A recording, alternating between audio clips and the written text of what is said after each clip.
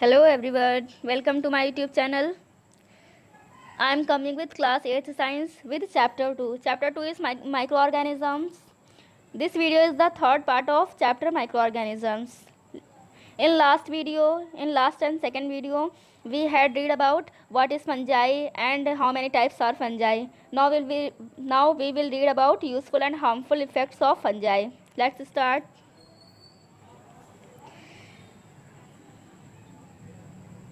Number first point is help in decomposition of plant and animal wastage.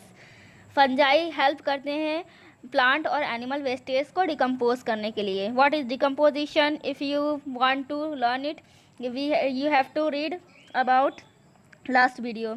Now next point is yeast is used in the preparation of idli, dosa, bread, etc. to ferment the duff के ferment करने के लिए means डफ को fermentation के लिए भी use किया जाता है. ये किस किन चीज़ों में होता है? इडली, डोसा, ब्रेड, ये सभी चीज़ें यीस्ट के थ्रू ही बनाई जाती हैं. Now next is used in the preparation of beer, wine, ETC by fermentation of barley. Fermentation के थ्रू हम लोग वाइन और बियर को बनाते हैं. किसके थ्रू? फंजाई के थ्रू ही. नेक्स्ट है used to prepare the antibiotic penicillin from the mould penicillium. This is the most important point. Penicillium से पेनिसिलिन बनाई जाती है जो कि एक एंटीबायोटिक है. Now next is used in the manufacture of ethyl alcohol by assisting in the fermentation of potatoes and molas. Potato के fermentation के थ्रू एथाइल अल्कोहल जो रहता है वो बनाया जाता है. ठीक है. नाउ हार्मफुल इफेक्ट्स, ये तो हो गए इसके useful effects. Harmful effects are, number first point is moulds spoil food it kept in warm and moist places. ऐसे सभी फूड जो नमी की जगह पर रखे जाते हैं उन फूड को फंजाई डिस्ट्रॉय कर देते हैं पूरी तरह से. Now cause large number of diseases in plants and animals. Plants और एनिमल्स में बहुत ही ज़्यादा नंबर्स में डिसीजेस को क्रिएट करता है. Next is during rainy season they grow on furniture, clothes and even on leather. Rainy season में means बारिश के मौसम में ये फर्नीचर, कपड़ों पर और लेदर पर स्टोर हो जाते हैं या फिर ग्रो कर जाते हैं. Now next is plants diseases caused by fungi. ये बहुत इंपॉर्टेंट पॉइंट है. प्लांट के अंदर भी डिसीज़ जनरेट कर सकते हैं फंजाई. कौन कौन से? Rust, smut, blight and wilt. ये सारी डिसीजेस प्लांट के अंदर होती है जो किसके थ्रू होती है? फंजाई के थ्रू होती है. Now next is it can cause infection on skin, scalp and nails in human beings. ये ह्यूमन बीइंग्स में भी स्किन, स्कैल्प एंड नेल्स को डिस्ट्रॉय करता है या फिर उसमें इन्फेक्शन क्रिएट करता है.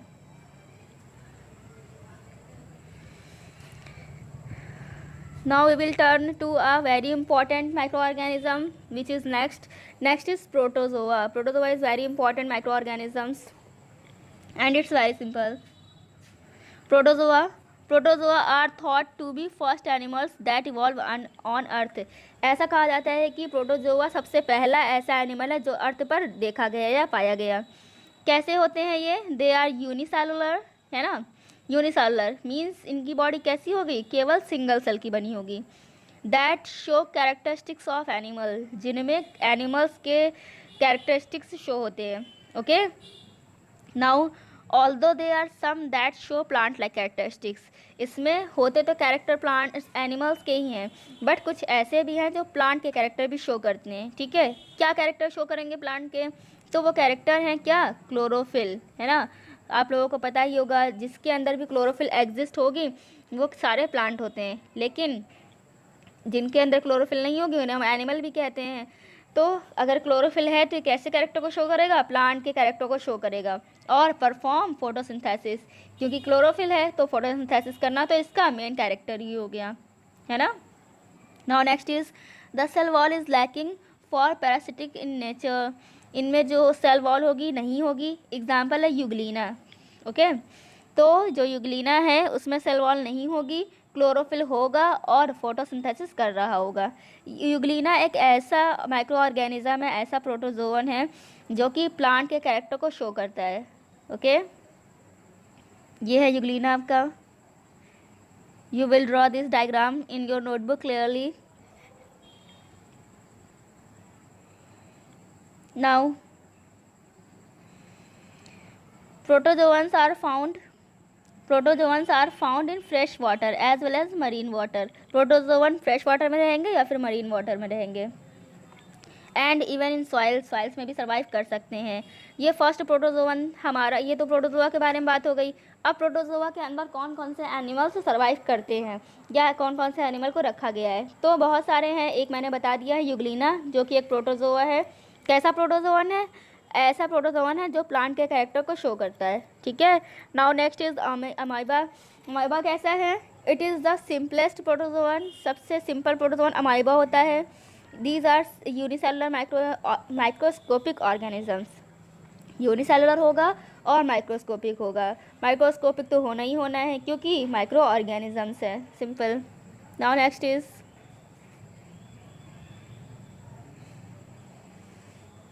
इनके शेप के बारे में हम लोग देख लेते हैं। Shape, they are irregular in shape. ये तो बहुत इंपॉर्टेंट बात है अमीबा के बारे में।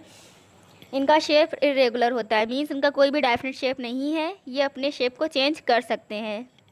ओके, स्ट्रक्चर मैं दिखा रही हूँ यहाँ पर, ये है अमाइबा।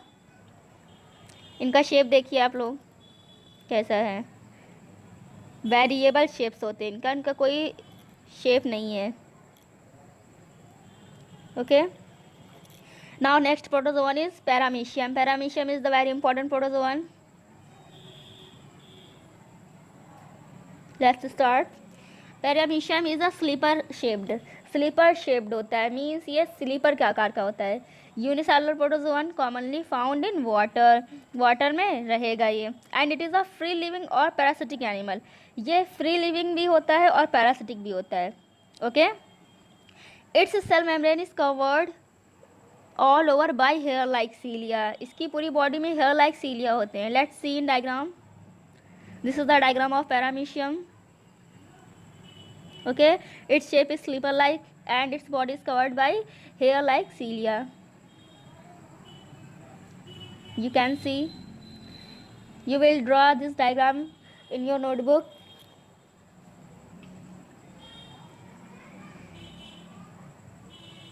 Okay, these are protozoans which are very important for us. Now next is viruses. What are viruses? What is virus? Let's start. There is such organisms which exist in a kind of twilight zone between living and non-living. ये between living and non-living बहुत ही important point है आपके लिए। क्यों? क्योंकि virus की बात हम लोग यहाँ पर करने जा रहे हैं। तो वायरस के बारे में अगर हम लोग पढ़ेंगे तो सबसे पहले हमें यही बताया जाएगा कि वायरस के अंदर लिविंग कैरेक्टर्स भी होते हैं और नॉन लिविंग कैरेक्टर्स भी होते हैं। ओके, अब हम लोग वायरस होता क्या है इसके बारे में पूरी चीज़ें पढ़ेंगे। Now it is called a virus. Virus appears as particles. Virus होते तो पार्टिकल्स की तरह ही हैं। और इनका साइज़ क्या होता है? इनका साइज़ रेंज होती है 0.015 से लेकर 0.2 तक होती है, इतने माइक्रॉन्स तक होती है, ठीक है। ये इनका शेप एंड साइज़ हो गया। दे do not have a cellular structure. इनके अंदर कोई भी सेल नहीं होती है। अभी हम लोग प्रोटोजोआ पढ़ कर आए हैं, उनमें सेल्स थी या नहीं? सेल्स थी। उनकी बॉडी सिंगल सेल की बनी थी, इसलिए हम लोगों ने यूनिसेलुलर कहा था, ठीक है। But they do not have a cellular structure. They do not have a cellular structure. इनमें कोई भी सेलुलर स्ट्रक्चर नहीं होती है। They are nothing but tiny speck of nuclear material. ये है क्या? एक पार्टिकल हैं जो कि बहुत टिनी पार्टिकल्स होते हैं। और इनमें होता क्या है? न्यूक्लियर मटेरियल होता है।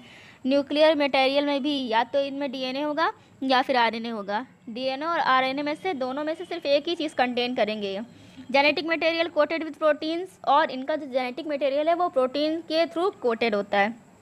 Okay, now next is virus come in a variety of shapes such as spherical, rod shaped, polygonal and cuboidal.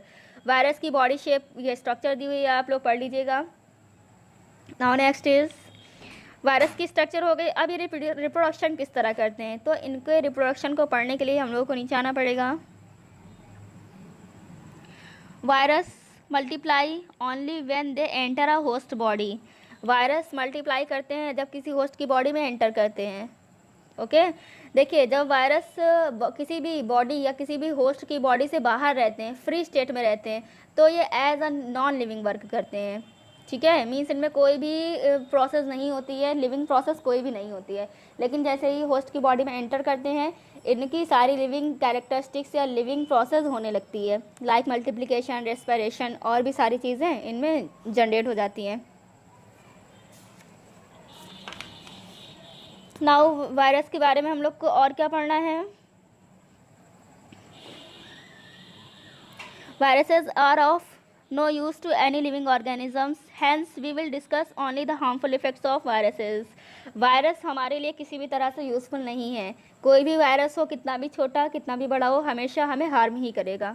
Okay, तो हम लोग को इसका यूज़फुल इफेक्ट तो है नहीं, तो हम लोग सिर्फ इसका हार्मफुल इफेक्ट ही पढ़ेंगे। What are harmful effect of virus, let's see. This is the structure of virus, bacteriophage virus. You have to draw this structure in your notebook. Okay, let's start.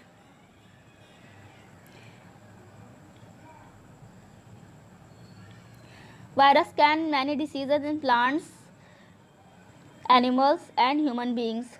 Okay, in human beings they can cause many diseases. Human beings में कई सारे diseases create करते हैं, like कौन कौन से। Virus poliomyelitis cause polio, polio भी एक पोलियो डिसीज़ होती है जो कि वायरस के थ्रू होती है, और इसके वायरस का नाम क्या है, पोलियोमाइलिटिस। पोलियोमाइलिटिस के थ्रू पोलियो होता है। Which affect the limbs and leads to paralytic effects, ये क्या करता है, लिम्स को डिस्ट्रॉय करता है हमारे, और पैरालिटिक इफेक्ट्स को क्रिएट करता है हमारी बॉडी में, मोस्टली सभी लोग जानते होंगे। The next very important and danger virus is HIV measles. HIV measles virus cause the dread diseases called AIDS. HIV virus के थ्रू एड्स डिसीज़ होती है, जिसका फुल फॉर्म है acquired immunodeficiency syndrome. This is very important, note the full form of AIDS. Then ये तो हो गई किसकी डिसीजेस, ह्यूमंस के अंदर, ह्यूमन बीइंग की diseases. Now we will turn to plant diseases. In plants, leaves of tobacco may be infected by tobacco mosaic virus. Tobacco mosaic virus का नाम आपको याद रखना है। Tobacco mosaic virus क्या करता है, टोबैको के प्लांट में टोबैको की लीव्स को डिस्ट्रॉय कर देता है। ठीक है, अब नेक्स्ट पे आते हैं हम लोग। वेरी इंपॉर्टेंट चीज़ है हमारा, ये सब चीज़ें हम लोगों ने पढ़ लिया, सारे माइक्रो ऑर्गेनिजम्स यहाँ पर आपके फिनिश हो चुके हैं। अब हम लोगों को पढ़ना है अपने फूड मटेरियल को हम किस तरह स्टोरेज करें या किस तरह प्रिजर्व करें इन सारे माइक्रो ऑर्गेनिजम्स से, है ना, क्योंकि माइक्रो ऑर्गेनिजम्स तो हैं ही सारे, हम लोगों ने पढ़ लिए हैं, इनके इफ़ेक्ट्स हार्मफुल आप लोगों को पता ही है। तो हमें इनके हार्मफुल इफ़ेक्ट्स से बचना है, तो हमें कुछ प्रिजर्वेशंस भी तो करनी होगी। तो इनकी प्रिजर्वेशंस क्या होंगी, नंबर फर्स्ट है हमारा स्टोरेज। अगर हम स्टोरेज को अच्छी तरह से करेंगे, मीन्स अपना जो भी हमारा मटेरियल है, फूड मटेरियल, इवन क्लॉथ्स जो भी हैं, अगर हमें उन्हें अच्छे से स्टोर करेंगे तो जो माइक्रो ऑर्गेनिजम्स है वो इन पर हार्मफुल इफेक्ट नहीं दे पाएंगे। तो हम लोग पहले स्टोरेज में आ जाते हैं। Number first is storage. Storage plays an important role at home. Kitchens normally have large containers for flour etc and all right airtight tins and jars for keeping food stuff in the refrigerator. Means हम लोग अपने food को store करने के लिए या अपने floor को स्टोर करने के लिए हम लोग एयर टाइट जार्स का यूज़ करना चाहिए या फिर रेफ्रिजरेटर का यूज़ करना चाहिए। क्योंकि इन सभी चीज़ों में पहली बात तो अगर हम लोग एयर टाइट कंटेनर का यूज़ कर रहे हैं तो उसमें माइक्रो ऑर्गेनिजम्स एंटर नहीं कर पाएंगे, या फिर रेफ्रिजरेटर का यूज़ कर रहे हैं तो रेफ्रिजरेटर का टेम्परेचर इतना लो होता है कि उस लो टेम्परेचर पे माइक्रो ऑर्गेनिज्म सर्वाइव नहीं कर पाएंगे। Clear. Now next is drawing and dehydration. Drawing and dehydration is another effective method for preservation. कैसे?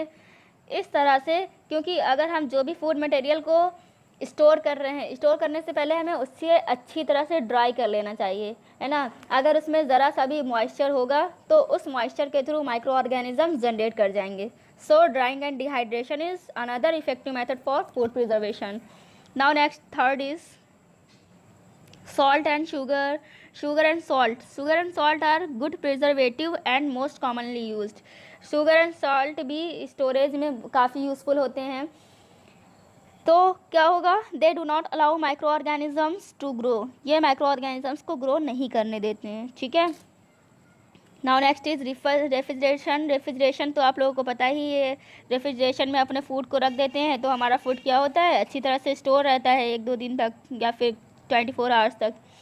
The growth of micro organism is retarded at low temperature, आप लोगों को पता ही है, मैं बता चुकी हूँ अभी आप लोगों को, जो माइक्रो ऑर्गेनिजम्स हैं वो लो टेम्परेचर पर ग्रो नहीं कर पाते हैं। So we use refrigeration. Now next is pasteurization. Pasteurization is a method invented by Louis Pasteur, ये बात नोटेबल है, लुइस पास्चर ने इसकी इन्वेंशन की है पास्चराइजेशन की, इसलिए इसको पास्चराइजेशन कहा गया है। Pasteurization for milk, pasteurization milk का किया जाता है, ठीक है, ताकि मिल्क में जो माइक्रो ऑर्गेनिज्म जनरेट होने वाले हैं वो ना हो। Now next is sterilization. Sterilization is a heating of food product at very high temperature, almost 150 degree centigrade. 150 degree centigrade is the high temperature, okay. then sterilization क्या है, स्टेरिलाइजेशन फूड को 150 degree centigrade पर गर्म करने का तरीका है जिससे फूड हमारा जल्दी ख़राब नहीं होता। Now next is chemical preservatives. Chemical preservative is the very important for us. Chemical preservatives are very commonly use to preserve food materials, food materials को प्रिजर्व करने के लिए यूज़ किया जाता है। कौन कौन से हैं preservators? Some of the most popular preservators are vinegar, sodium benzoate and sodium metabisulphite. These are the preservatives and these are usually added in jam, jelly, sauce and squashes. These are preserved by chemical preservatives. Now exercises are here. The first exercise is objective type questions. The first question is, the microscopes are 1 types, 2 types, 5 types, 10 types.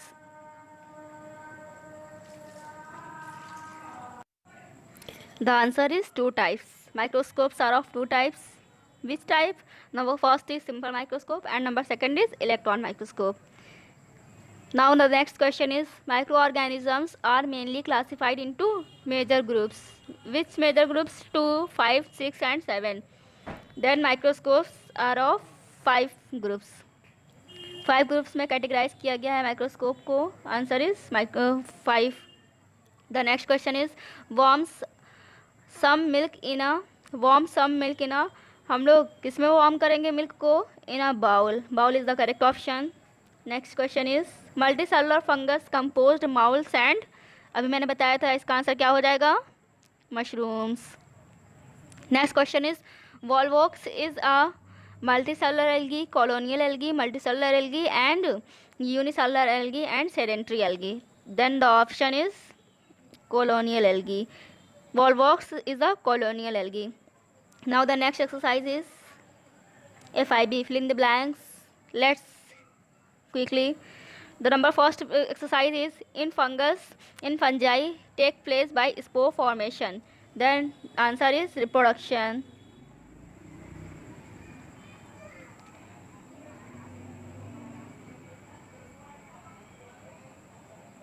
Reproduction, write this.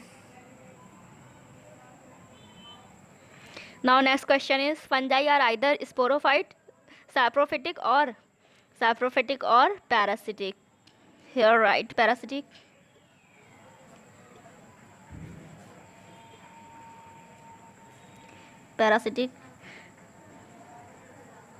Now next is, FIB is the simplest protozoan, amoeba. Answer is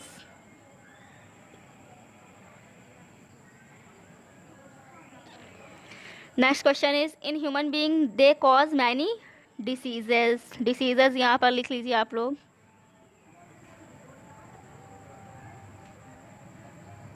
Diseases. Now next is, storage plays an which role at home? Important role at home. Then answer is important. Play important role at home. Now third exercise is, write T for true and F for false. Let's see. Number first is there are 1,000 varieties of microorganisms. That is true. Second question is amoeba is not the simplest protozoan. That is false. Why? Amoeba is the simplest protozoan. So this is false. Right here F. Now next is sugar and salt are not good preservative and are most commonly used. Right or wrong? This is false. Okay, because sugar and salt are good preservative. Now next is chemical preservative are very commonly used to preserve food material. Yes, right here, true. T. Now next is write a thousand. There are thousands of varieties of microorganisms. Yes, this is true. Now match the following answers. Matching करनी है हमें.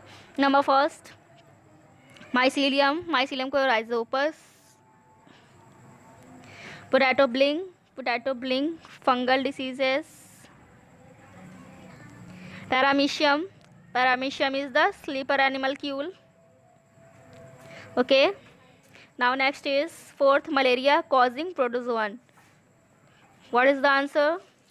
Plasmodium. Second option. Now next is sodium metabisulfate. Sodium metabisulfate is jam, jelly, etc. Sodium bisulfate is added in jam, jelly and और भी जो चीज़ें होती हैं. Rabies is a viral disease. Match with viral disease. Now next is ethyl alcohol match with fermentation of molasses.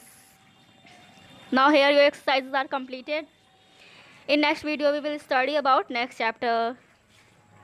I hope you will understand my video. Thank you.